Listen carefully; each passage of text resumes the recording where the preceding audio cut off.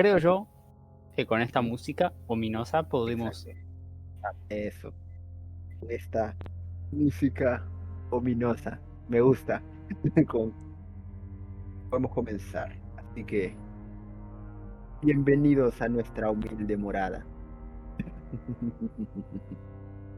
Hoy día, aquí, yo el humilde Supai, narrador Grimdark, y mi amigo Lucho, el DM Forjador.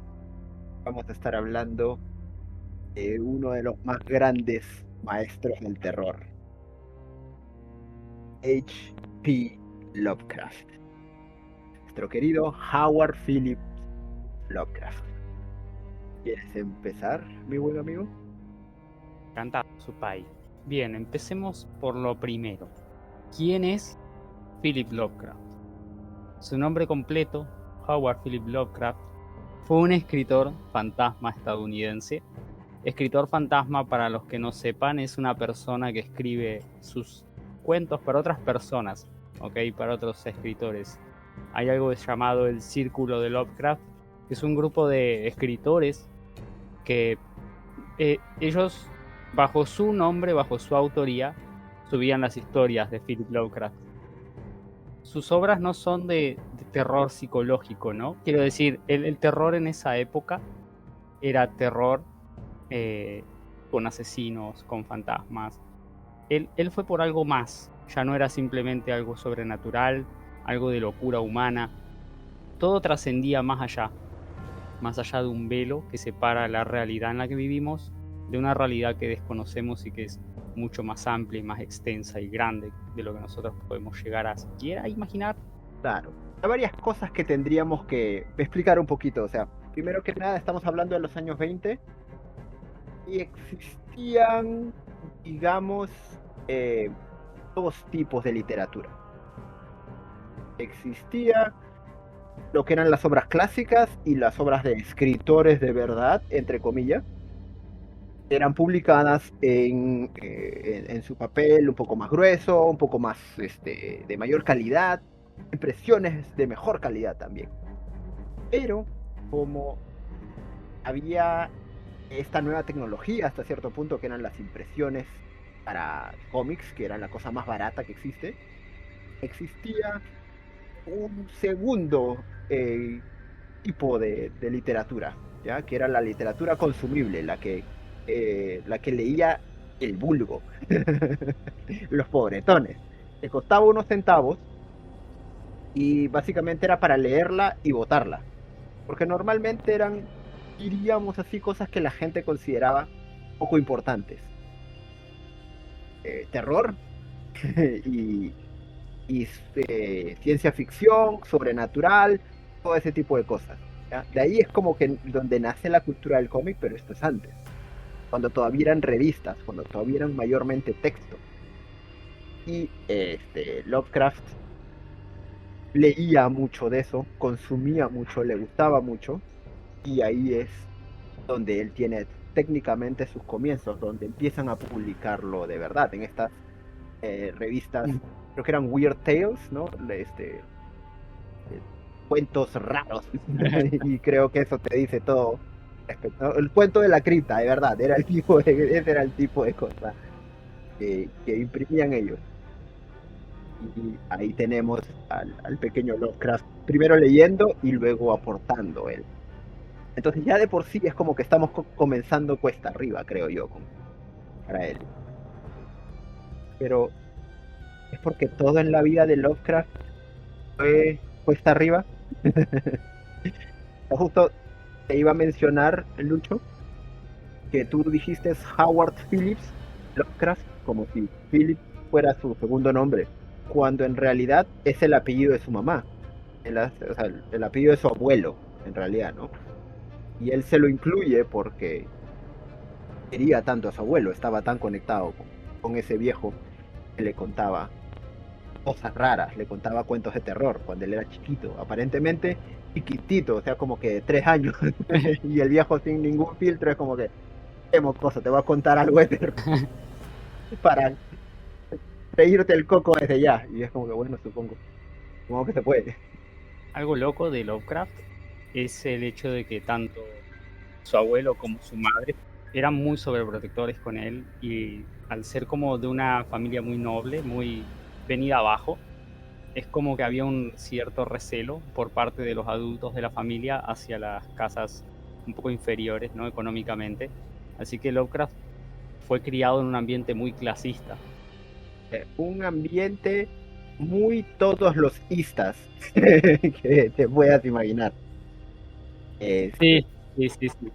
Sí, era muy racista, clasista, sexista, era muy loco. en realidad, xenofóbico sería la manera adecuada de ponerlo, porque, o sea, él era como que, o sea, no era que tú seas blanco y yo te paso, no, porque si eres ruso también, y si eres polaco, peor, y si eres irlandés, ni me hables.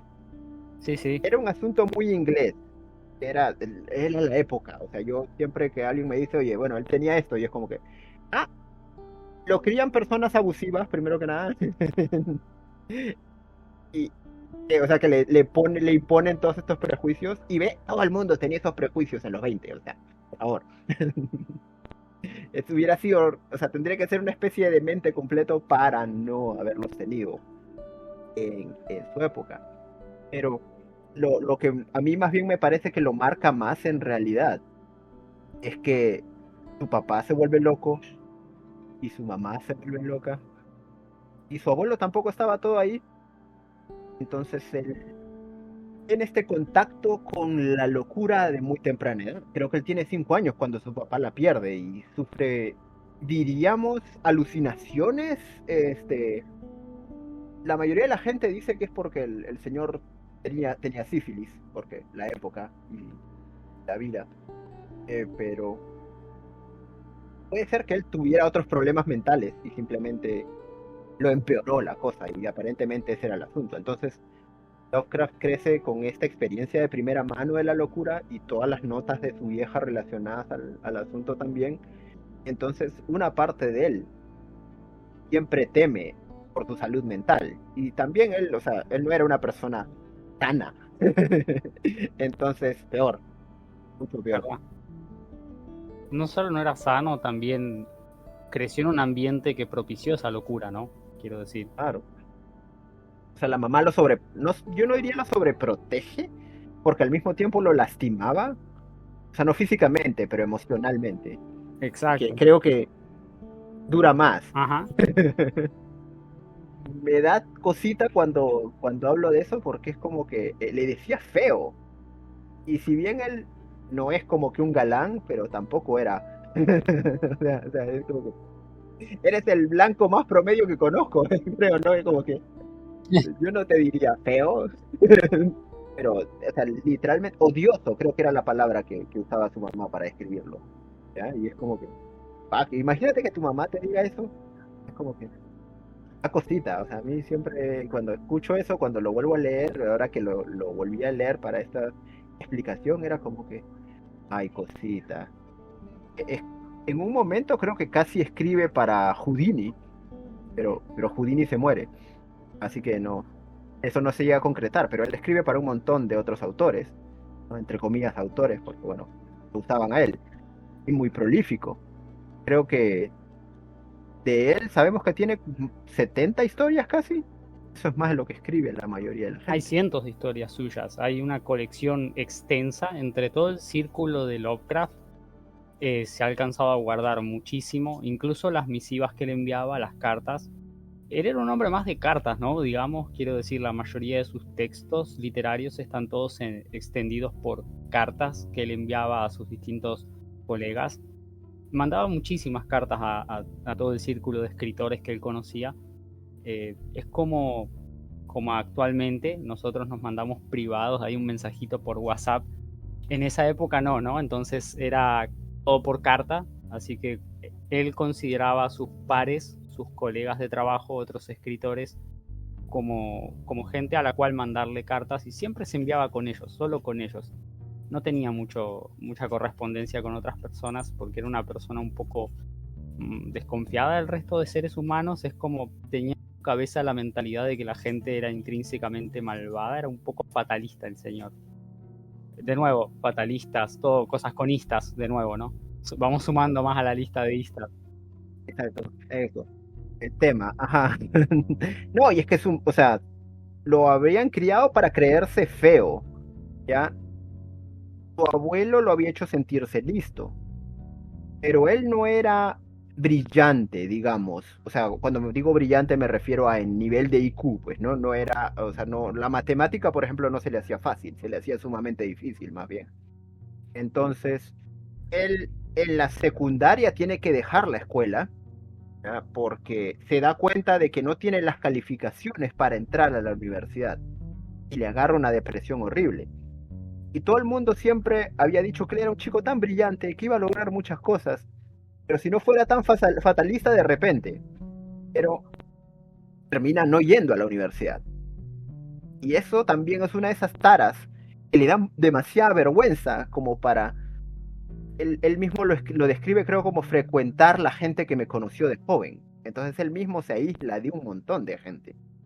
Y es como que, pucha, qué heavy. O sea, también puede haber sido que sea angst adolescente en gran parte, porque se cuenta, él era de cerrar todas las cortinas, usar únicamente luz artificial y escribir todo el día. Y eso, o sea, cuando me lo pones así es como que ese era yo ese era yo en la secundaria. Ese era yo, ese era. No, ahora es algo más.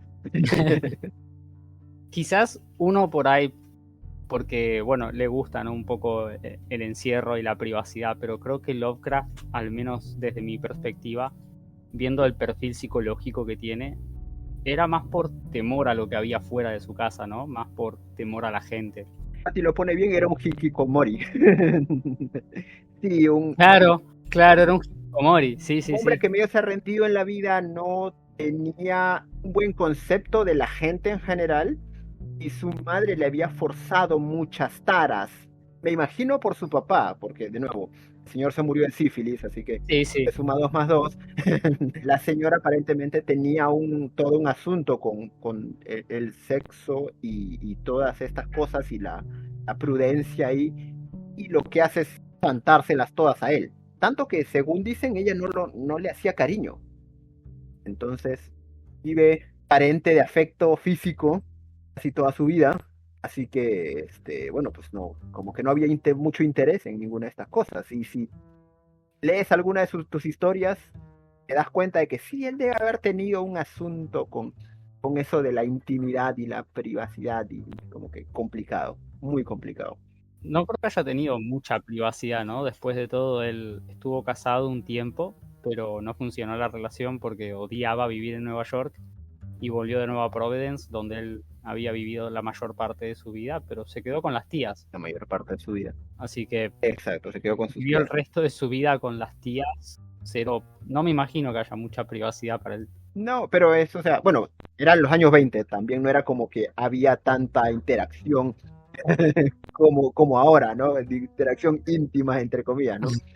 Pero sí, o sea, él se casa con una judía a propósito.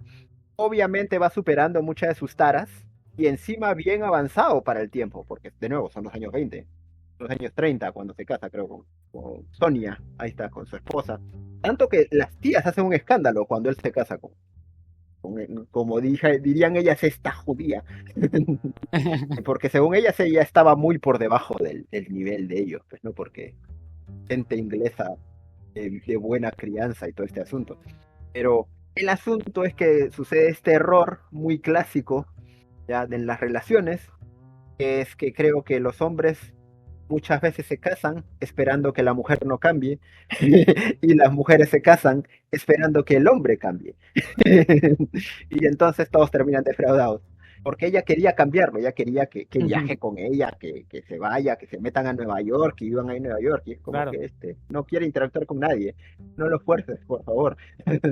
Bien, ¿querés que volvamos un poco a su, por así decirlo, mitología? A su bibliografía. Creo que luego sigue mitos, ¿no? Que son los mitos de Cthulhu. Así es, así es. Así que podemos hablar un poco del horror cósmico. Básicamente lo que serían los mitos de Cthulhu es una recolección de distintas historias de terror, ¿no? De Lovecraft. Lovecraft lo que tenía es que iba no creando historias separadas, sino parecían como vincularse, parecían crear un submundo entero, así que toda esta subtrama, todo este mundo creado por él se llamó Los mitos de Cthulhu.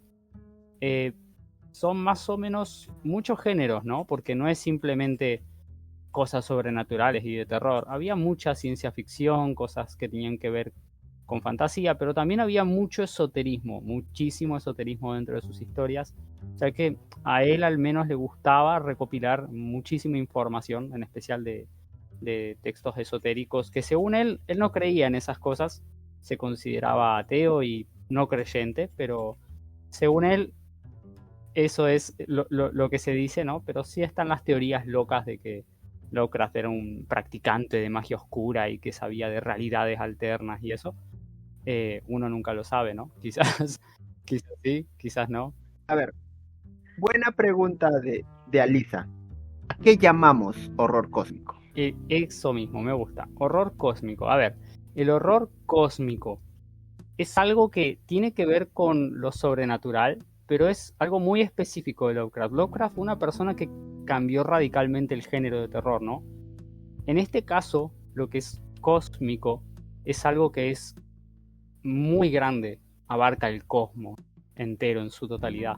Es algo que puede ser, por eso digo que tiene rastros de ciencia ficción, ¿no? Pueden ser alienígenas, pueden ser seres de otras galaxias, de otros universos, de otros multiversos.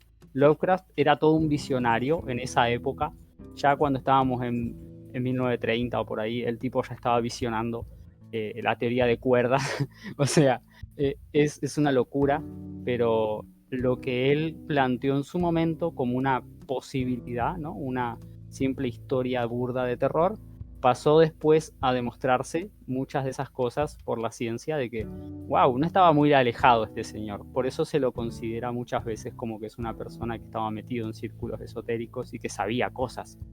Pero sí es muy gracioso que esto del horror cósmico tiene mucho que ver con cosas externas, ¿no? No es simplemente el ser humano, los fantasmas, no, hablamos de seres de otras dimensiones, de otras galaxias, capaces de simplemente respirar muy fuerte y eliminar toda la existencia de un universo entero.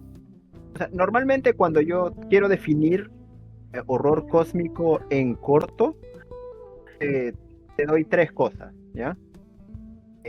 Porque hasta ese entonces, o sea, Lovecraft era, digamos, fue revolucionario porque pasaron un par de cositas. Normalmente el horror antes, y en realidad hasta ahora, es muy cuentos, ¿cómo le decimos esto? Con moraleja. Es a las personas malas les pasan cosas malas y a las personas buenas de repente, aun cuando pasa esta cosa mala, no le pasa tanto mal.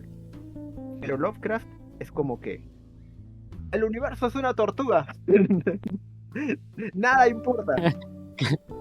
Exacto, eso es lo loco. Ni siquiera le importas lo suficiente como para que te quiera destruir. No lo hace a propósito. Simplemente te va a destruir porque estás en su camino. O porque lo miraste en el momento y él te miró de vuelta. Pero no es realmente que las fuerzas macabras normalmente ni siquiera nos tienen un odio real. Es simplemente algo que van a hacer, que nos va a reventar a todos. Yo creo que el símil más grande que encuentro es una película de terror normal. Va de adolescentes haciendo tonterías y por hacer tonterías se mueren. Exacto. Y Lovecraft sería más como, ¿viste? Cuando te paras en el borde de un precipicio y miras hacia abajo y te da esa sensación de, wow, si me caigo me muero. Exacto. La gravedad está ahí, la gravedad no te intenta matar, la gravedad existe. Solo que te acercaste a interactuar con ella y... uy. Eso. Y la piedrita rodó y rodaste tú detrás. Qué triste. Ajá, exacto. Exacto. Qué triste. Eso es Lovecraft, es esa sensación de si me equivoco, si doy un paso extra, si esto no está del todo sólido, me voy a morir. Y por otro lado, la fragilidad. ¿no? La fragilidad del humano como humano. Ajá. Es, somos fáciles de corromper, fáciles de destruir, fáciles de cambiar. Todas esas cosas, me imagino porque Lovecraft estuvo en contacto con eso precisamente desde muy temprana edad, ¿ya? Con la idea de la sífilis, la idea de la locura, la idea de este, ser de contextura delicada, porque también su madre lo hacía sentirse enfermizo durante su infancia. Él está muy consciente de lo fácil que es que se acabe una persona. Entonces, siempre lo incluye desde en ¿no? Sus cuentos sobre el frío o el agua. Son cosas que tú normalmente es como que está ahí, no debería causarme más problemas. Pero en la situación adecuada puede ser tu fin. Y eso es una cosa, una vuelta de tuerca que siempre usa. Es excelente, ¿no? Es algo como ver Destino Final la primera vez. Es cosa que después te da miedo hacer cosas mundanas. Como seguir a un camión que lleva troncos. Exacto. La escena del camión con troncos traumó a mucha gente, así como Lovecraft, ¿no? Que ha traumado a generaciones. También por eso era tanto culto, ¿no? Detrás de Lovecraft. La gente lo amaba, lo que eran sus escrituras, sus narraciones, sus cuentos. Claro, y eso es lo tercero que yo vendría a tomar en cuenta. El juego de Lovecraft, ¿ya? Y eso nos va a interesar mucho a todos los roleros. Porque lo que hacía Lovecraft era que él no solamente escribía y le escribía a sus amigos y les mandaba cosas, sino que era mándame de vuelta, porque así como él era carente, digamos, de afecto, cuando conocía gente que le importaba, esa era su manera de, técnicamente me imagino, hacerse cariño. Era, a ver, mira este cuento loco, ¿qué agregas tú? ¿Qué le agregas? Y eso es lo más fuerte que tienen los mitos de Cthulhu hasta ahora. Ya leíste esto, pero no te quedes en leer, agrega. Y eso también es un poco de donde nace el asunto de los juegos de rol, siento yo. Y es como que, sí, perfecto. Está vivo. La mitología es poderosa porque está viva. Que al final es eso, ¿no? Una partida de rol es básicamente una historia narrada entre tanto el máster como los jugadores. ¿Le habría gustado Wattpad? Sí, 100%. Sería un consumidor muy constante. O sea, sí, ¿no? Porque se habría traumado, porque o sea, él muchas veces se representa a sí mismo ya como estas criaturas deformes, ¿ya? Muchos de sus avatares son feos, son cosas repugnantes. Y me imagino que hay así, él escribe una de esas historias y una flaca le responde que qué sexy es su personaje. Qué buenos los tentáculos. Exacto, ajá, y él hubiera sido como y crashea por 3 meses, o sea, es como que... Literal. Bien, creo yo que lo que podríamos continuar luego de el horror cómico es hablar un poco sobre su legado, que como vos decías, son cerca de 70 historias, ¿verdad? Tiene muchísimas cosas más, aparte de esas más de 70 historias, tienes poemas, ensayos, y él escribió muchísimas cartas, muchísimas. No se conservan muchas, pero sí eran muchísimas más en el pasado. Él solía hablar con muchos escritores, todo ese círculo, ¿no? de personas, como vos decías, iban como agregando entre todos, iban pasándose información. Era un mundo co-creado, él era el máster y los otros eran como máster complementarios con él. Y eso es lo loco, ¿no? Iban creando este mundo tan extenso y lo fueron guardando, le agarraron tanto cariño y que lo fueron como guardando y trataron de mantener eso lo más resguardado posible del paso del tiempo.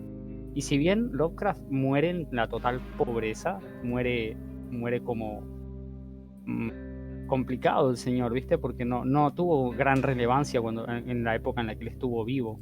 Pero una vez después de su muerte, eso fue como una bolita de nieve que fue creciendo. Y hoy es una bestia. Hoy Lovecraft se conoce por todos lados. Su universo es gigantesco. Sus personajes aparecen en videojuegos, en historias, en series. Hay muchísimos cineastas, escritores que usan el trabajo de Lovecraft como base para sus propias creaciones, ¿no? Hay como que 50 películas de terror que son básicamente plagios de sus historias. Así es. si tú empiezas a buscar realmente qué inspiró a él, no terminas. ¿Ya? A mí, justo ahorita que estábamos hablando de sus acólitos, de sus amigos, es una de esas cosas que me encanta pensar, porque por ejemplo tú sabes que aparte de Arthur Derleth, que es como que el mayor de sus acólitos, el que siguió escribiendo cosas de Lovecraft una vez que Lovecraft pasó a mejor vida, y uno de los que empujó este asunto de llevarlo a la luz. Ya sí, él ya no está con nosotros, pero hay que publicar sus historias, hay que ver de que salgan, de que la gente conozca su nombre. También era amigo de Robert D. Howard, es el escritor de Conan, el creador de Conan. Conan, sí, sí. Conan el Bárbaro, cholo. ¿Ya? Y porque hay dioses, o sea, hay apariciones de Cthulhu y cosas así, menciones en las historias de Conan el Bárbaro. Esa fue, o sea, así fue como yo llegué. Sí, están estos dioses antiguos en todo lo que sería Conan, y es muy interesante. Eso, y entonces a mí siempre me dio risa esa idea, porque, o sea, si tú sabes cómo era Robert D. Howard, ¿ya? Era este camorrista de los puertos, ya, que se emborrachaba y escribía las cosas basadas en las cosas que le habían pasado. O sea, él básicamente era un Conan moderno, ¿ya? Entonces tú me dices, espérate, ¿y tú eras bro con el inmenso nerd ese de Howard? No, de Howard Phillips Lovecraft, y él es como que, sí, yo siempre le he dicho que lo que tiene que hacer es listear, ¿no? Él tiene que sacar pulse, y vas a ver que ahí las placas lo van a perseguir. Me estoy seguro de que ese sería así el consejo. Es muy Johnny Bravo este consejo. Exacto, sí, exacto. ¿Tú qué haces? Levantas, eso es lo que haces, levantas. Entonces es como que, esas cartas, o sea, yo no he leído todas, pero deben haber sido conversaciones demasiado interesantes, y a las pocas veces que se reunieron debe haber sido una cosa de otro mundo.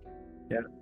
O sea, lo quedaría por ser una mosquita en esa pared, pero bueno. Sí, una locura la cantidad de ideas que iban y venían. Es algo que... Exacto. Admito que la mente de Lovecraft era inmensa, ¿no? Quiero decir, muchas veces uno se deja como guiar por lo que consume. Nosotros que consumimos cierto tipo de historias, creamos cierto tipo de historias.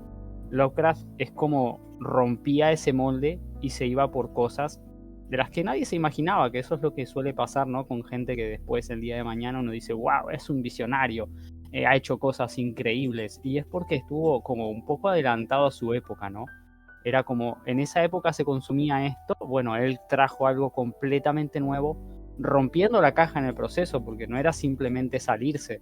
El tipo de historias que él creaba era algo que no se imaginó nadie, y que siguen vigentes hasta hoy en día, porque de hecho, ahora en la actualidad, es donde mejor encajan sus relatos. En esa época no había tanta tecnología, no había tanta ciencia, y ahora es como muchas de las locuras que él escribía, que podían sonar como locas, ¿no? Como la existencia de múltiples universos en una sola red, un entramado de multiversos. Ahora mismo es una teoría que está ahí de comprobarse, y es como algo así que se compruebe, que existen multiversos, que existen seres de otras dimensiones. Es como, ahora es el momento de Lovecraft. Justo ahora. Exacto. Simplemente no percibimos. Así es. Nuestros órganos vestigiales no los describen todavía. Así es muy loco, porque él estaba adelantado unos 100 años fácil en su época.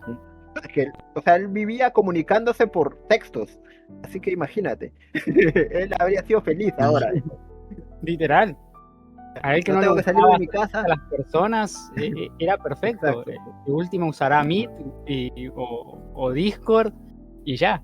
Exacto, y ya, nada más. Y era como que y ya, escribiendo, nada más. Ya, ahora, algo muy loco es, a mí siempre me dejó muy, muy interesado cuando yo era niño, cuando yo era más chico. Una época en donde me interesó, ¿no? Todo esto del esoterismo, y algo que siempre busqué, creo que es lo que todo esoterista busca, el Necronomicon. Y es algo muy loco, porque uno cuando entra al mundo del esoterismo siempre se encuentra con esas cosas, ¿no? Y uno empieza a buscar esos libros mágicos, el Necronomicon, y es como lo nombran todos lados, está en todas partes, y uno cree que es real, pero es simplemente algo que Lovecraft inventó, ¿no? Aunque bueno, después están esas teorías, ¿no? Hay gente que teoriza que en serio existió, que hay como una especie de gente rara ahí que está tratando de esconderlo porque el verdadero está oculto en alguna parte y que si lo encontrás, ¿viste? Pero está muy loco, está increíble cómo la historia de Lovecraft traspasó los límites de la realidad, ¿no?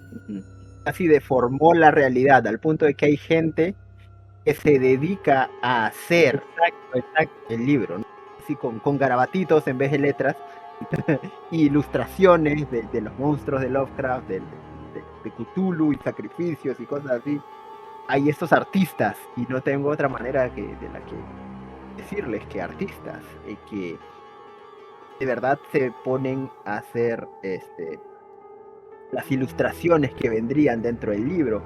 Y obviamente no lo llenan con texto de verdad porque como que mucho, pero le dan todos los garabatitos, que tal vez yo creo que es más trabajo realmente que simplemente ponerte a escribir y inventarte información que podría estar dentro del libro, pero es el nivel de fanaticada que tiene, el nivel de influencia que tiene él. Que es magnífico, yo siempre lo he encontrado así como que envidiable ese.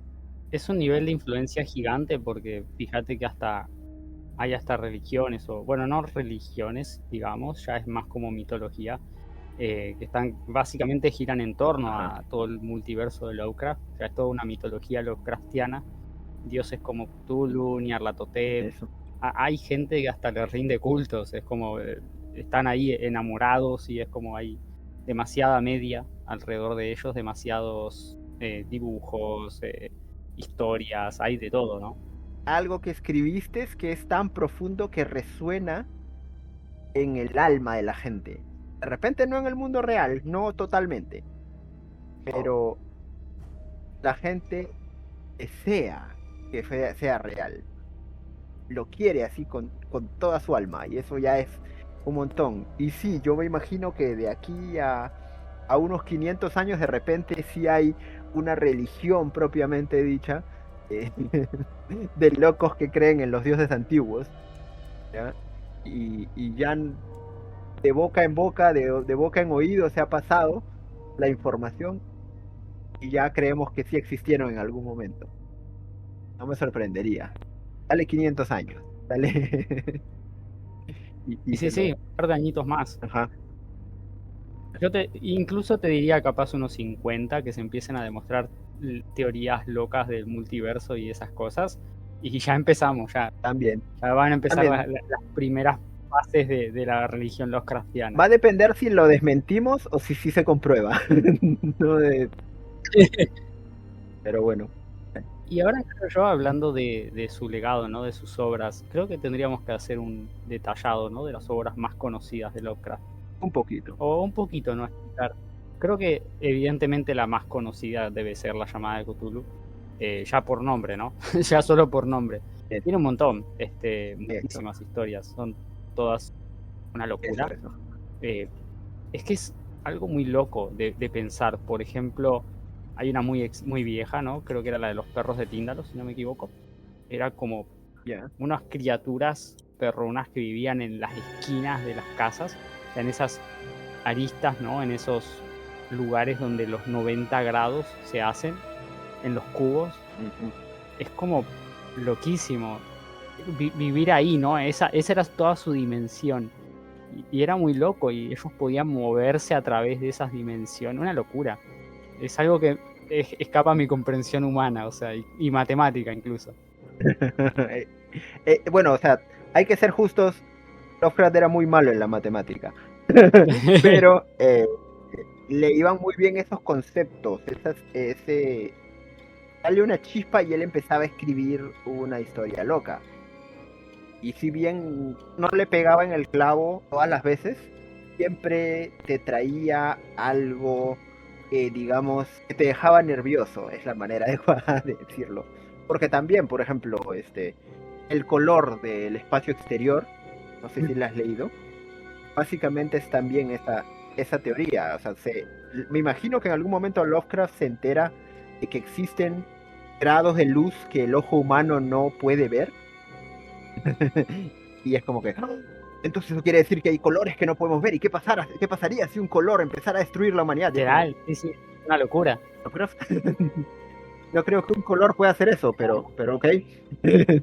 Y la historia es tan buena, a pesar de que, o sea, uno como, como adulto y como hombre que conoce un poquito de ciencia actual, es como que imposible que suceda, pero me encanta el cuento. O sea, hasta ahora me encanta el cuento.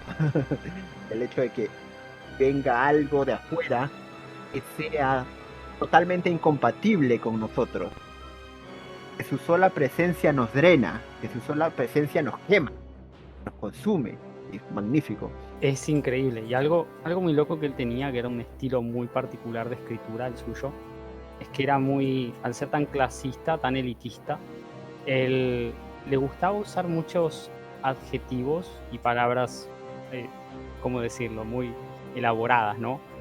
Utilizaba muchísimas veces adjetivos que incluso sus pares, el resto de escritores, decían, sí, güey, como que se mama, utiliza demasiados adjetivos para describirte algo, es como, él necesita decir, no te podía poner la oscura noche, tenía que poner de forma mucho más elaborada que era de noche. Tenía que poner como 4 o 5 adjetivos detrás de la palabra noche para que vos entiendas que era de noche. Y es como, aún así, la forma seria de narrar, esa forma, como estaba tan metido él en eso, y te termina metiendo a vos también dentro de su trama, ¿no? Dentro de su historia, así que, al menos en esa época, mucha gente empezó a copiarlo. Ajá. Es que, o sea, él usaba Ajá. palabras viejas, ¿ya? O sea, aún para los 20. Él usaba Eldritch, que ahora solamente los nerds usamos. Y en ese entonces todavía más, ¿ya? Este, hay un recuento de un vecino de él que cuando él estaba peleando con su mamá en su adolescencia tortuosa, ¿ya? Así como uno normalmente ve en las películas la chica que le grita a su mamá, ¡te odio! Y cierra la puerta a golpe. Sí. Lovecraft le gritaba en latín. ¿Ya? O le citaba pasajes de Shakespeare, ¿ya? Y es como que, es que a ti no te van las matemáticas, pero cholo, qué memoria, porque estás molesto y me puedes citar una obra clásica, ¿ya? Como que, wow. Pero sí, muy buen punto, Bell. Bell menciona esto también interesante, que para nosotros Lovecraft es en los 20, pero es porque Lovecraft vivió en los 20. Exacto, exacto. Entonces, él estaba escribiendo sobre el presente. Él estaba escribiendo sobre, esto es lo máximo que ha llegado a ser el humano, por ejemplo, ¿no? El barco de guerra en Call of Cthulhu. Y lo enfrentas, lo usas contra esta cosa que no sabes bien qué es, pero te imaginas, bueno, si lo atropello con un barco, no le debe ir muy bien. Y la cosa se reconstruye. Es terror en contexto que toma en cuenta nuestra capacidad para reducirnos. Justo eso que decís, es algo que se puede aplicar fácil, incluso porque ya que somos un grupo de rol, ¿no? Se puede aplicar a nuestras partidas. Es algo muy, muy fácil de usar. Es como, por ejemplo, Terminator. Lo mejor que podías hacer en la época de Terminator era tener una pistola en tu mano. Y al T-2000 le disparabas y era como, esa cosa no se muere. Si lo más fuerte que tenemos a mano no sirve, qué miedo. Solo te queda correr. Entonces es algo que está muy interesante. Así que, Masters, tomen tip. Aprendan de Lovecraft. Hay dos cosas que yo siempre tomo de Lovecraft. Y es la primera, y esto nos sirve para los juegos de rol, nos sirve muy bien, es la tensión. Es que el chiste no es, el monstruo está ahí, míralo. De hecho, es mejor si no lo ves. Exacto. Lo sientes primero, lo escuchas, y sientes su respiración o sus garras, arrastrándose en la distancia, en la oscuridad. Los hace sentirse perseguidos o vigilados. Creo que es mucho más aterrador un grupo de goblins en una cueva a nivel bajo que un dragón a nivel alto, ¿no? Es...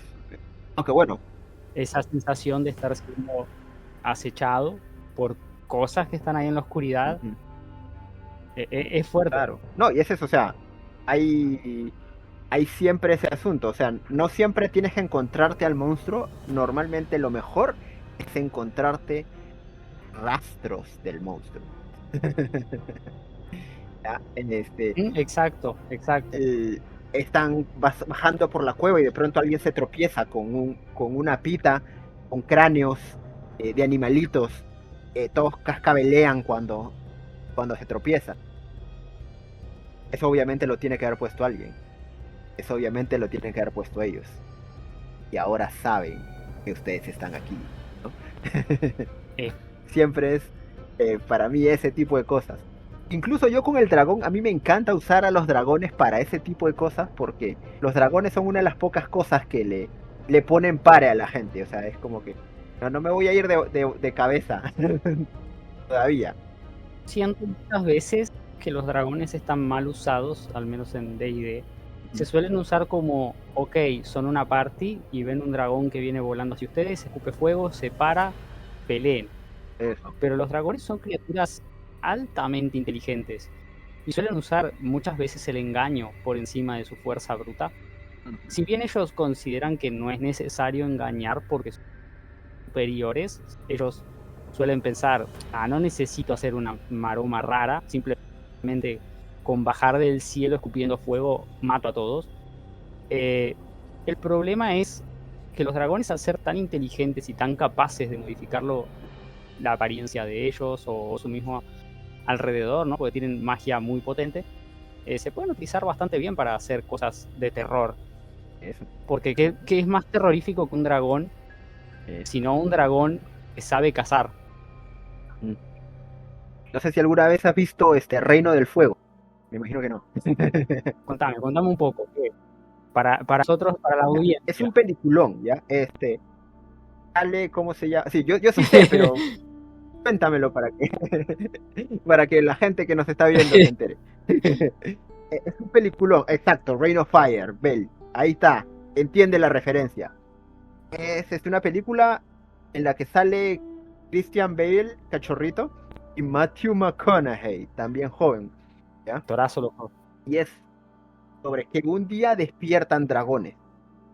Y son animales, ¿sí? Pero son animales astutos y gigantescos. Y que básicamente respiran napalm. Entonces, cuando nos damos cuenta, ya nos tienen contra las cuerdas. Básicamente han derribado todo lo que existía en el cielo. Y el mundo está medio postapocalíptico porque tratamos de usar bombas nucleares incluso para detenerlos, toda una cosa así. Mad Max se encuentra con ¿cómo se llama esto? Game of Thrones. Y es sobre matar dragones, básicamente, sobre ser asesinos de dragones, pero desde el punto de vista real, pues, o sea, eres gente. ¿Qué vas a hacer? O sea, no te le vas a tirar al dragón y le vas a pegar y él va a esperar que tú le pegues y luego él va a tomar su turno y te va a pegar de vuelta. Es una bestia que pesa, ¿no? ¿Cómo se llama esto? Toneladas, ¿no? Y que con cada movimiento nomás puede deshacer a un montón de gente. Y eso que ellos tienen pistolas y no sirven de mucho también por simplemente las dimensiones del animal y el hecho de que escupe fuego. Eso también ayuda.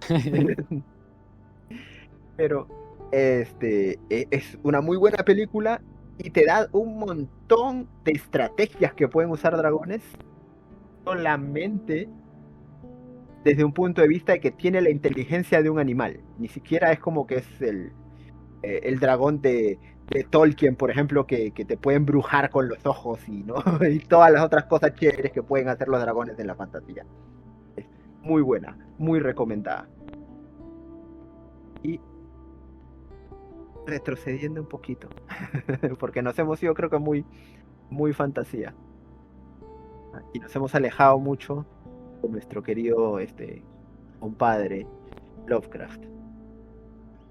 Pero también es otra cosa, o sea, la segunda cosa que quería mencionar es que precisamente para los juegos de rol y esta cosa linda, ¿ya? Tú le diste a algo interesante.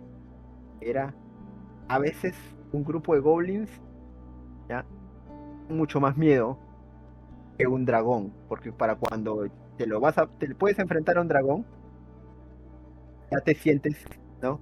Grande, pues, ya te sientes fuerte. No es tu primer nivel y estás ahí en una cueva oscura con tus 5 amigos, todos apiñados, y los escuchas venir en la distancia. Pero yo te voy a dar uno así, uno un poquito peor. Cuando no son goblins y no son simplemente criaturas subhumanas, Exacto. pero que tienen origen humano, ¿no? Caníbales. Este, es una cosa que a mí me encanta, la tribu perdida así de güeyes locos o que adoran a Cthulhu y entonces te quieren sacrificar y te van a perseguir, pero son gente como tú, Sí, gente como sí. yo, pero hacen cosas horribles.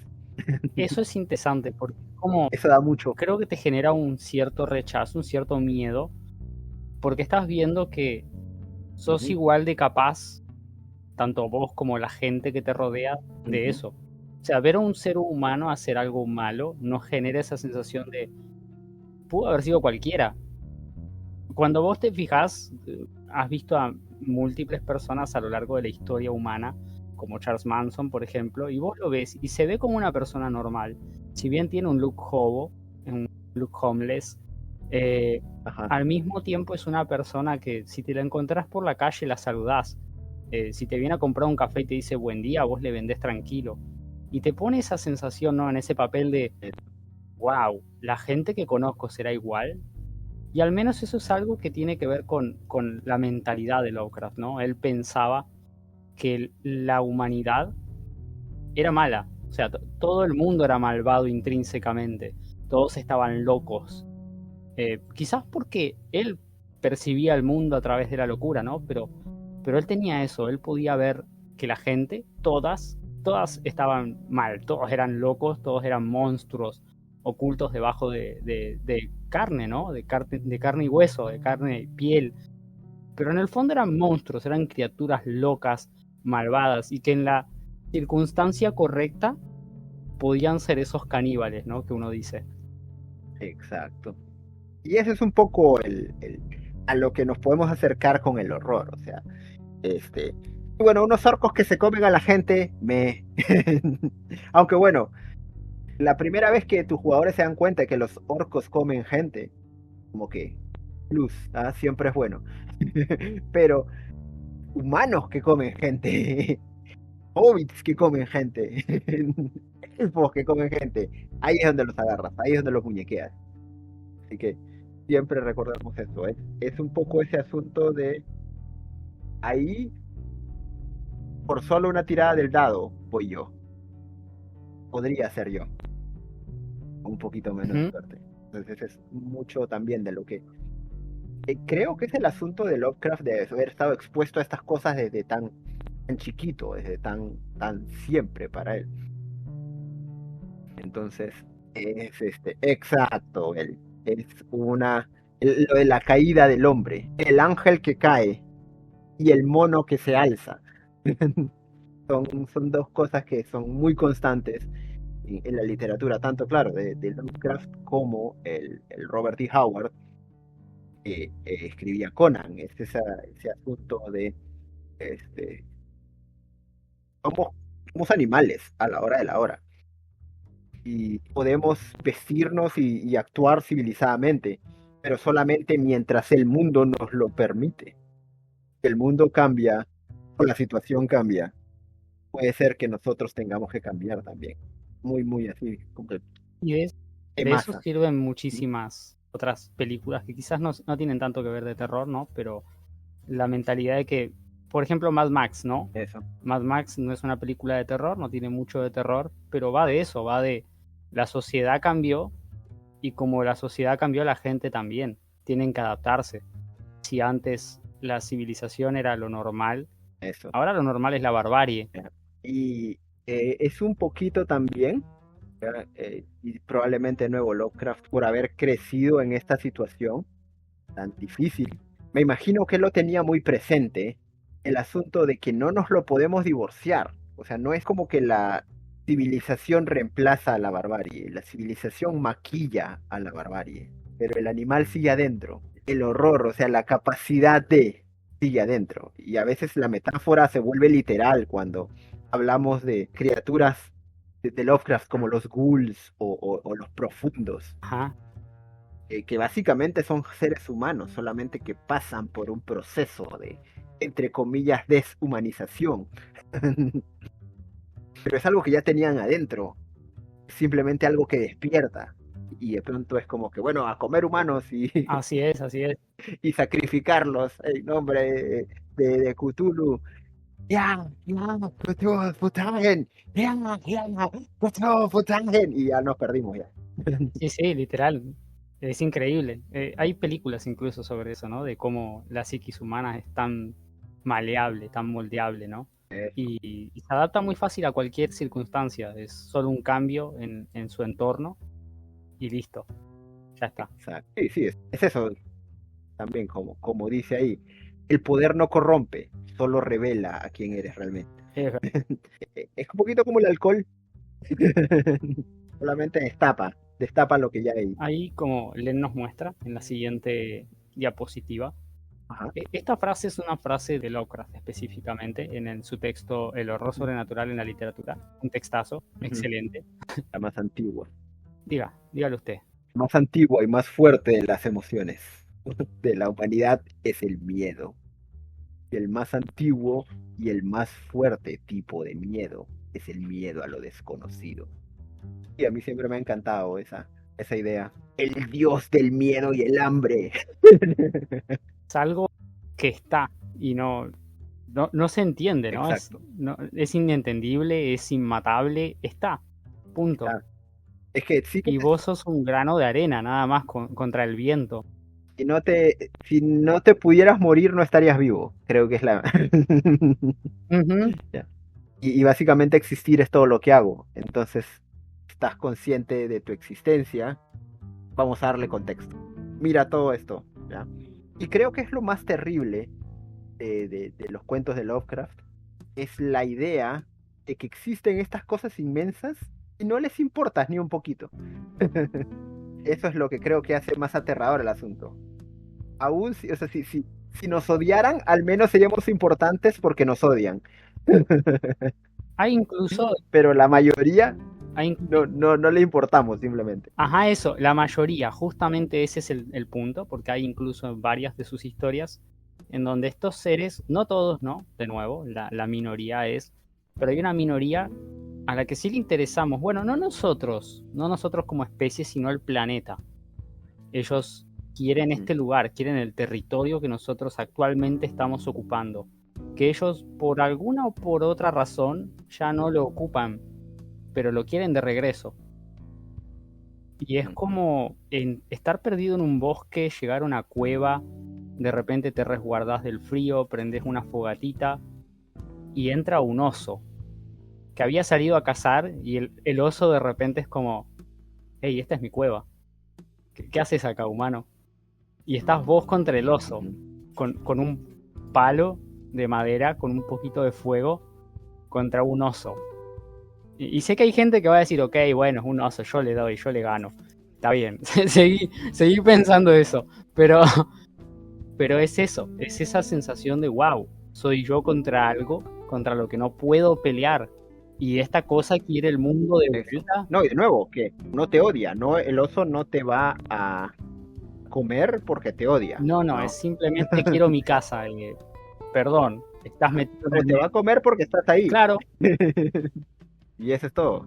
Y eso es lo que más miedo da, ¿no? Porque es algo que él te muestra que es infinitamente superior a vos, al punto que es tan grande él que no te ve. Es tan grande que solo va caminando y te pisa sin querer. Sos una hormiga. Es como decía Patsy acá, que dice que deprimente. Es cierto, Lovecraft tenía como una mentalidad muy muy deprimente, muy fatalista. Así que sí, sus historias suelen tener un rastro muy grande de esa sensación de no hay nada que puedas hacer, es tu fin. O sea, depende un poco, porque estamos hablando de un hombre que comenzó a escribir cuando comenzó a ser publicado a casi los 20 y para los 30 y algo todavía estaba escribiendo. Entonces hay muchas opiniones. De nuevo, puede ser el angst adolescente que le duró un poco más porque él mismo o sea, en una de sus cartas él mismo dice como que me da un poco de vergüenza pensar que no terminé de madurar hasta después de los 30, pero supongo que es mejor que no haber madurado nunca. ¿Ya? Entonces, también, o sea, a veces yo es como que Sí. leo cosas que escribía cuando era más chico y es como que cringe. ¿No? Y es un poco, y él a veces también hace un poco eso, él dice como que, ok, esto no lo habría escrito tan así cuando estaba, ¿no? O sea, ahora, ¿no? Habrían habido cosas un poco más, probablemente no más positivas, porque él seguía siendo bastante fatalista y depresivo, pero al mismo tiempo también había empezado a abrirse un poco al mundo, precisamente por todas las experiencias que había tenido. Entonces, o sea, dependiendo de las historias que agarremos, normalmente ya empieza, digo yo, a germinar un poco esa idea que luego Arthur Berleck manifiesta y Robert D. Howard ya tenía en su mundo, es que tiene que haber un balance. Obviamente no es que hayan cosas no que, que nos protejan, aunque en algunas de las de Conan sí hay, o sea, hay dioses positivos. En Conan sí hay como que Dios, papá, cielo y toda la cosa. ¿Ya? A pesar de que Conan es como que me importa. Mi único dios es mi bíceps. Exacto. Y, o sea, mi dios es la proteína. Pero si bien Lovecraft mismo ya empieza a hacer el asunto, yo siento que es Bell acá está diciendo que Conan adora a Chrome. Y sí, es cierto, pero Chrome no te ayuda. Chrome te da oportunidad para que te ayudes a ti mismo. Es un dios de la autosuficiencia hasta cierto punto. Y medio que se burla de ti si no eres lo suficientemente fuerte. Así que siempre me ha dado risa Chrome en ese aspecto. Pero bueno, regresando al asunto, en The Mountains of Madness, más allá de las montañas de la locura. A pesar de que técnicamente también mantenemos este horror y todas estas cosas, el humano se puede salvar y el humano puede enfrentar estas cosas y puede comprender, puede ser empático con las cosas antiguas. Es como que esta cosa es como que un pipino con cabeza de de estrella de mar. ¿Cómo madres voy a empatizar con esto? Pero empatizas con él porque está en una situación difícil, porque no sabe dónde está. Y tú habrías hecho lo mismo, tal vez, en su lugar. De pronto te despiertas y estás rodeado de enanitos, ¿no? Verdes, que te estaban estudiando y tú agarras y como que, ¡juácatelas! Sáquense, no me toquen, no sé qué son. Tienen como que 6 patas y cola y mandíbulas de crustáceo, no me toquen. Dan asco. Exacto, Entonces, exacto, es eso, es demasiado bueno. O sea, la forma en la que juega exacto. con la... Con las perspectivas hasta cierto punto y con Sí, ideas, o sea, con ideas en una progresión más o menos natural, diría yo. Entonces, a mí me gusta, siempre me ha gustado, me parece sumamente interesante en su apreciación, creo yo, de las cosas. Mencionar que así como tú dijiste, es que él dijo un montón de cosas en medio que se cumplieron.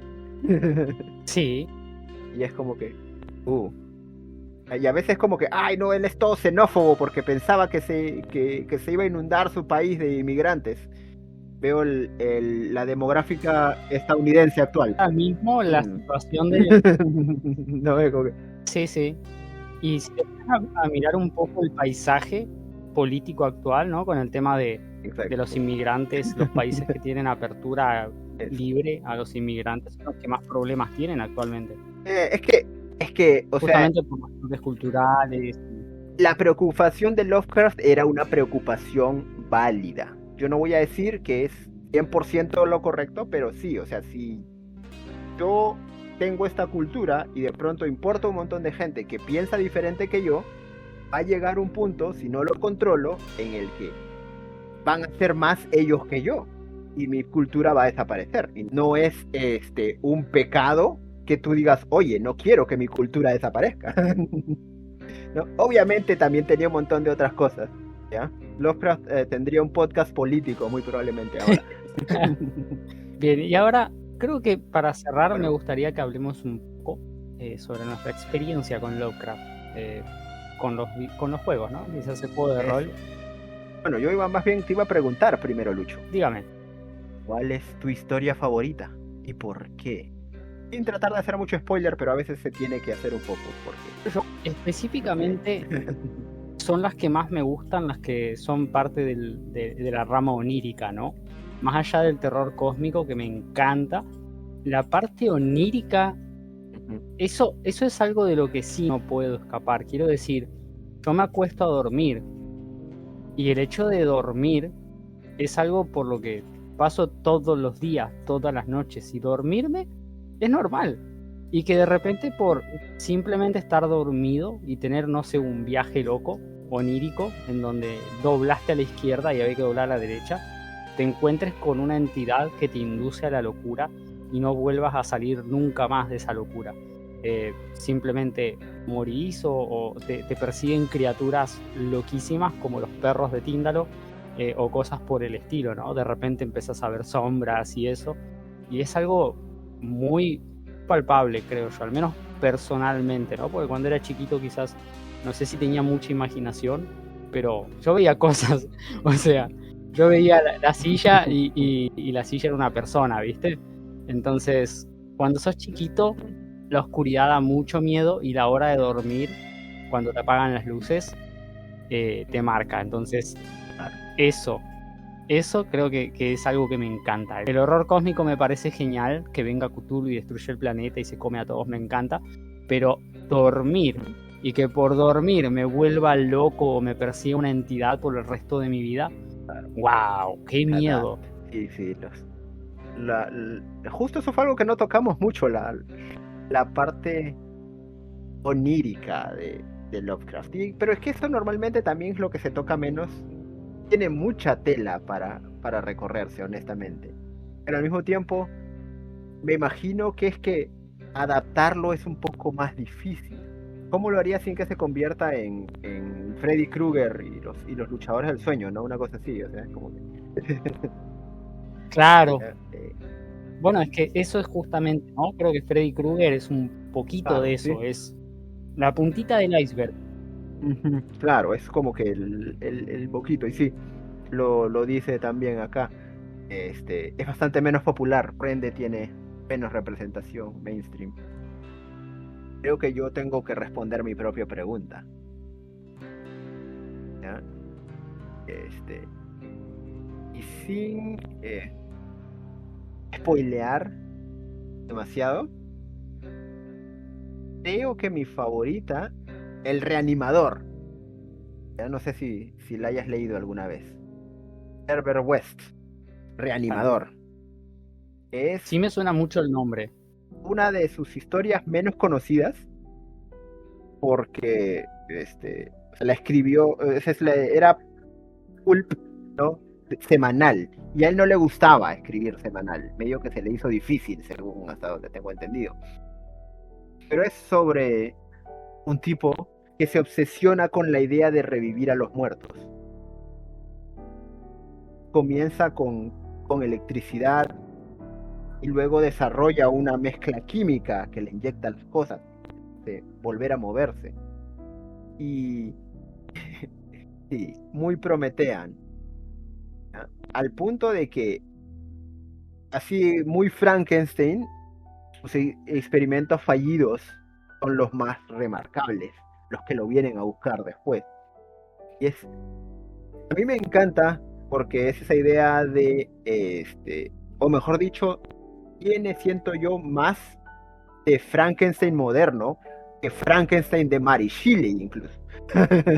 Porque Frankenstein de Mary Shelley, el libro original, Frankenstein hace, o sea, el doctor Frankenstein hace a Adán, a este monstruo, el monstruo sin nombre, pero no te dice cómo lo hace. Ni siquiera menciona realmente cuerpos muertos. Aparentemente lo fabrica de a poquito. Y entonces es como que, mira, o sea, qué loco, en el libro realmente no mencionan resurrección. Y luego me pongo a leer Lovecraft y tropiezo con esta historia y es como que, uy, sí, güey, obsesiónate con el poder sobre la vida y la muerte. Restaura a tu maestro, levántalo. Y es como, uy, oye, todas estas cosas son de las películas de Frankenstein. De aquí salieron todas. Ok. Bueno, pues, ¿qué vamos a hacer? Entonces, siempre la recomiendo. Herbert West, Reanimador. Buenísima. Sin spoilearla mucho. Es una de esas en las que el narrador te va contando cómo la cosa fue empeorando y cómo siguió empeorando y fue terrible. Y ahora lo veo todo con mucho pesar y a mí me encantan ese tipo de cuentos. Dice Patsy que cómo uno puede llegar a generar ese mismo ambiente, esa tensión, ese miedo. Muy bien. Algo muy loco que yo suelo utilizar, creo que es algo que usé mucho en Los Tres Reinos, al menos al principio. Fue una dungeon donde tenían que pasar a través de goblins, ¿no? Goblins contra los que ya se habían peleado en el exterior. Goblins que invadieron el territorio de los jugadores y murieron muy fácilmente. Eran fácilmente despachables, son goblins. Y los jugadores, la verdad, eran level 1, pero fue fácil. Los jugadores escalaron, llegaron a nivel 3, nivel 4, se pusieron fuertes, llegaron a nivel 5. Invadieron la cueva de estos goblins un día, ¿no? Y ahí es donde todo se cae. Ahí se cae en serio a pedazos. Porque entran un poco despreocupados, caen en la primer trampa, ¿no? Y terminan todos muy heridos y se les hace imposible salir. La entrada se cierra y ellos quedan atrapados. Y al principio no hay problema, ¿no? Porque, hey, son goblins. ¿Qué importa? Tranquilos. Vamos que son goblins. Pero empiezan a notar que los goblins están muy preparados adentro de este lugar. Son los mismos goblins débiles de antes, pero están en lugares donde ellos no pueden alcanzarlos, donde no pueden luchar. Atacan desde las sombras, usan venenos, usan trampas. Y cada paso es una posible muerte. Y poco a poco empiezan a notar que van perdiendo. Si bien van matando goblins, ¿no? En el camino, poco a poco están más y más y más cerca de morir. Y eso hace que el jugador entre en pánico. Y si bien al inicio era como, ok, entramos a la cueva, limpiamos los 4 pisos y rescatamos a la niña que había sido secuestrada, llegan a completar el primer piso con mucha suerte y salieron huyendo de ahí. No quisieron volver a la cueva de los goblins por casi 2 o 3 días y solo volvieron porque fueron reclutados para eso y porque la niña a la que habían secuestrado les generaba mucha culpa. Pero evitaron el problema lo más que pudieron, no querían volver y cuando volvieron tuvieron que pelear contra un dragón, ¿no? Y ese es el tema, lo que decía yo, de que los dragones a veces se ocupan mal. Era un dragón bebé. Mi grupo era nivel 5, 6 o 7, no recuerdo, estaba entre el 5 y el 7.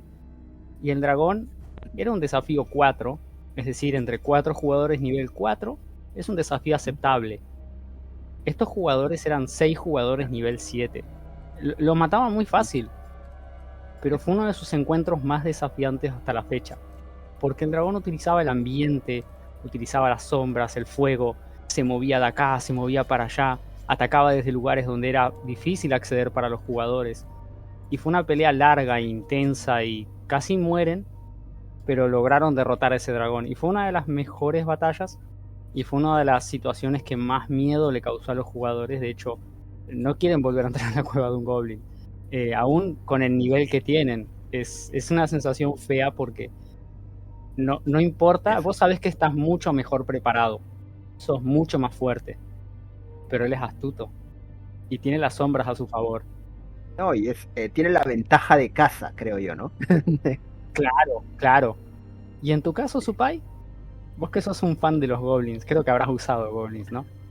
Sí, obviamente. Pero hoy día voy a dejar mi fetiche de pieles verdes de un lado y vamos a hablar de otra cosita que yo sí uso mucho, ¿ya?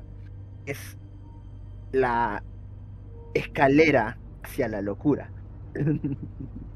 ¿Ya? Que tú no me vas a dejar mentir. Tan pronto como la pongo, los jugadores ya están bajándose ya. Es el sistema de moralidad. Es esa idea de que van a pasarte cosas horribles y tú como aventurero vas a hacer cosas horribles. Y ninguna de esas cosas pasa sin pena ni gloria. Es al revés, más bien, todas pasan con mucha pena y mucha gloria.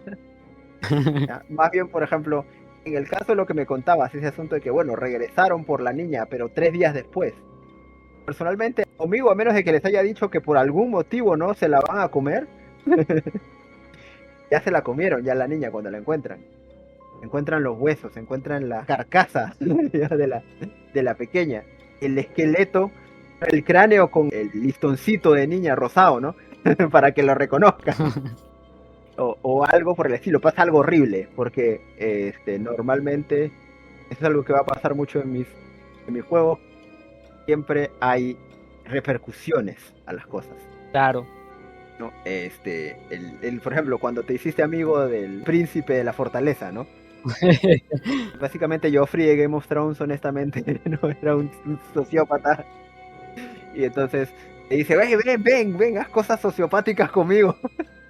Y tú de buenas a primeras, ya, sí, vamos. Es una espiral descendente, porque ya no Exacto, podés salir de ahí, ya una vez que entraste, y es horrible. Yo Eso, todas las pues. partidas tenía miedo de volverme un poquito más loco, Exacto, de perder un poquito más, de humanidad. un poquito más de humanidad. Y el sistema así, bien marcado, pues escalera, escalón, escalón, escalón. Y la tirada de a ver si te pasa alguna locura, si te ocurre alguna cosa loca que ya viene de afuera, que ya no eres tú, es trastornos. Entonces, eso es algo que yo siempre utilizo. Y recomiendo siempre utilizar de alguna manera, no necesariamente tiene que ser exactamente esa, pero los vikingos tenían ya una palabra que quiere decir tanto guerrero como monstruo, porque son lo mismo. ¿Ya? Me encanta. Tanto Beowulf como la mamá de Grendel son descritos por la misma palabra, Ingeria, que quiere decir básicamente algo sorprendente o algo terrible. Que bueno, se aplica a los dos técnicamente, ¿no? Así es. Como, Al por combatir ejemplo, monstruos te convertirás en monstruo, ¿no? Es un poco algo así ese. como los Nefilim, ¿no? En la Biblia hebrea son Exacto. seres increíbles, son gigantes, son poderosos. Y pueden ser los héroes de antaño, como pueden Como ser los monstruos. los monstruos, exactamente. Ajá. Es increíble. Exacto, es la misma idea. A mí me encanta eso, o sea, ya. Vamos a masacrar a todos estos goblins y vas y revientas a todos los goblins y de pronto abres la última puerta del dungeon. Hay un montón de mujeres y niños goblins. ¿Y Exacto, ahora qué sí. hacemos? Sí. Esta sensación, algo así usé yo en mi campaña y le apliqué algo que es de 3.5, que era de un sistema de corrupción, ¿no? En donde la magia está como corrupta y utilizar la magia corrompe tu cuerpo, no solo tu alma, tu esencia, ¿no? Te corrompe a nivel físico, Claro. incluso, y vas perdiendo facultades o te van pasando deformaciones. Y estaba bueno, me había gustado y lo utilicé de esa forma, ¿no? El tema de que muchas veces utilizar este tipo de recursos es excelente para que los jugadores, ¿ok? No los personajes, los jugadores sientan una consecuencia a sus acciones o a sus inacciones, ¿no? Hay una escena excelente de un También. juego que se llama Claro. Star Wars, es el Knights of the Old Republic, el 2. En ese juego, durante toda la trama, vos sos un Jedi que te está forjando una Sith, básicamente, ¿no? Y tus Ya. amigos, el juego te dicen, no le hagas caso a la vieja, está loca. No le hagas caso a la vieja, está loca. Y vos, la vieja, diciéndote, haceme caso a mí, te voy a hacer más fuerte. Entonces, vos tenés que encontrar un balance ahí. Y hay una escena en donde tu personaje tiene visiones. Y está muy especificado de que te están escuchando, ¿no? Estás por un micrófono, el micrófono está abierto, todos en la nave te están escuchando, tanto tu maestra, la Cid, la vieja loca, como tu tripulación, tus amigos. Y en esa situación, la visión la tenés que enfrentar, ¿no? Y la visión es la vieja diciéndote, haz cosas malas. Y tu tripulación diciendo, no, haz cosas buenas, ven de nuestro lado y deja en paz a la vieja loca. Y vos tenés que responder a la tripulación, ok, la vieja está loca, me voy con ustedes, y que tu maestra se enoje porque sabes que te está escuchando, o lo contrario, decirles, ustedes son todos unos locos, me voy con la vieja porque la vieja sabe. Pero hay una tercera No opción, está ¿no? loca. Claro, claro. En esas dos opciones, si elegís un bando, te toca luchar contra el otro, ¿no? Vos y la vieja contra tus amigos, o vos y tus amigos contra la vieja. Pero hay una tercera opción. La tercera opción es mantenerte neutral, no hacer nada. Decirles, hey, cálmense, no voy a tomar ninguna decisión. Y esa es la peor decisión que puedes tomar, porque todos en Claro. conjunto alteran su rostro y te dicen, la apatía es la muerte. Y con esa frase, todos juntos atacan. Y sos vos contra Claro. todos. Ah, claro. Lo cual es increíble. Es increíble porque no solamente tienen consecuencia tus decisiones, sino tu falta de decisión. Entonces, salvar a la niña tiene un peso narrativo, pero dejarla morir debe tener un peso narrativo igual o superior.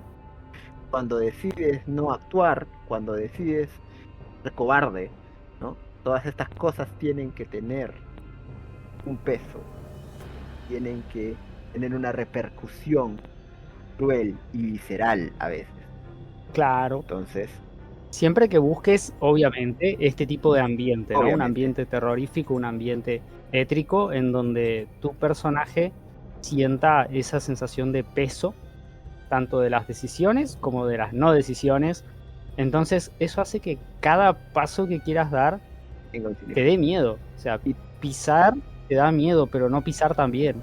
Y tenga un significado. Exacto, exacto. Sin ese peso narrativo, sin esa significancia en las decisiones, el terror se pierde. Eso. Si tus decisiones no tienen consecuencias, si tus acciones o tu inacción no tiene consecuencia, no hay terror. Exacto. Igual que, tercer consejo, la posibilidad, o mejor dicho, es la vuelta de tuerca de Lovecraft. ¿Ya? Y este es también útil sin importar en qué sistema estés, porque te va a servir en algún momento. Porque esta es una cosa importante. ¿Ya? Todo el mundo sabe, o sea, una vez que ya jugaste Calabozos y Dragones, por ejemplo, buena cantidad de veces, ya te sabes ya los stats de logro. Ya te sabes ya los stats de los goblins. Sabes que es un kobold, sabes que es un dragón, sabes que es un azotamentes incluso. Y dijo Lovecraft, el mayor terror es el terror a lo desconocido.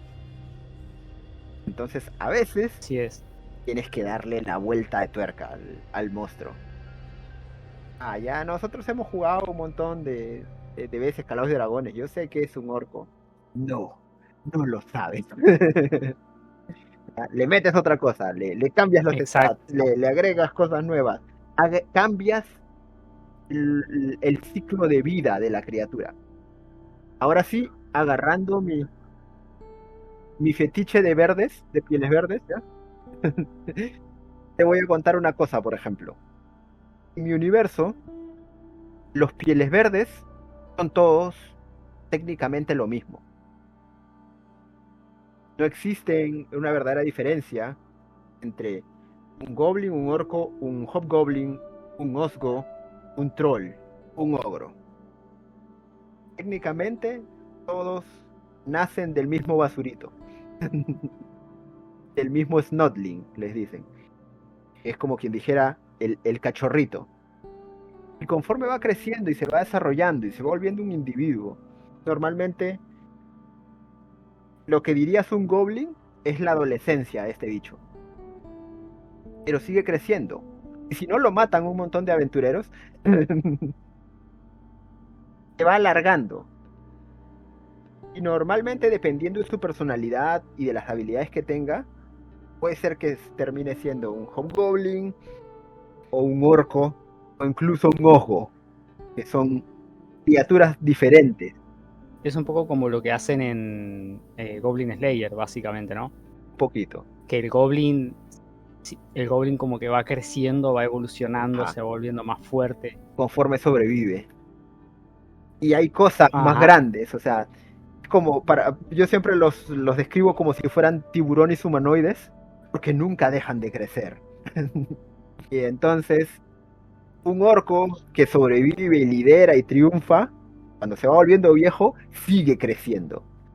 Y se va volviendo lo que la mayoría de la gente pensaría es un ogro o un troll, dependiendo de cuán salvaje y cuán loco se vuelva. Porque no son inmortales, envejecen, solamente que siguen creciendo. Y lo primero que se deteriora normalmente es el cerebro, porque es lo único que no sigue creciendo.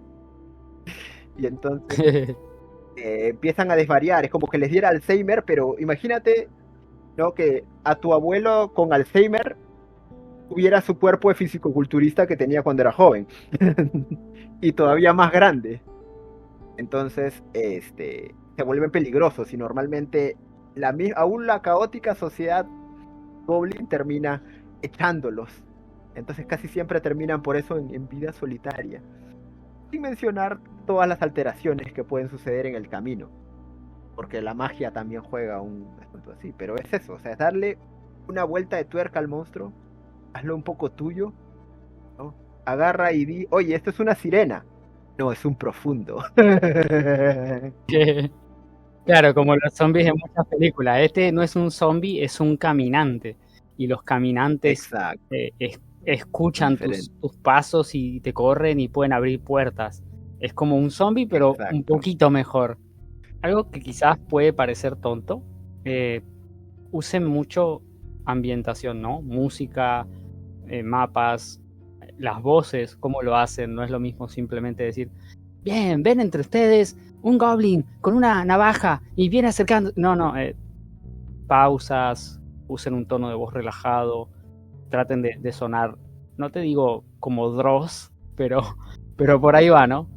Es como, traten de sonar serio, solemne, ¿no? Una narración de terror no puede sonar, ¡yay! Viene el goblin a atacarlos y sale volando por los aires. Es como, sean serios, sean respetuosos con el terror.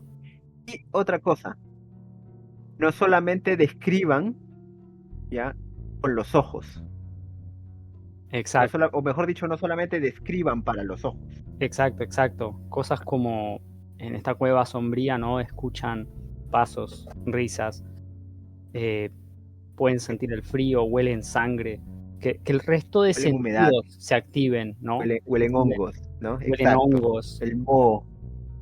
exacto, eso, esa es la idea, ¿no? Que el resto de sentidos se activen, porque creo yo que también una parte importante del miedo, ¿no? El sentir miedo, físicamente a todas las personas se nos activan todos los sentidos, ¿no? Es como que se ponen más en alerta, justamente porque es una necesidad para sobrevivir. El cuerpo dice, oh, tenemos miedo, algo nos ataca. Vigilen, vigilen. Y empiezan los sentidos a revisar en todas direcciones. Entonces explicarle al jugador lo que siente su personaje, explicándolo desde diversos puntos de vista, desde distintos sentidos, eso es un detallazo increíble porque el jugador siente que todos sus sentidos se activaron. Y ahí es donde está el miedo. Pero bueno, chicos, vamos despidiéndonos, vamos cerrando. Entonces, muchas gracias a todos los que vinieron hoy. Esta catacumba por hoy se cierra. Las calaveras tienen que ir a dormir. Así que nos estaremos viendo en otro día, cuando se vuelvan a abrir las fosas del abismo.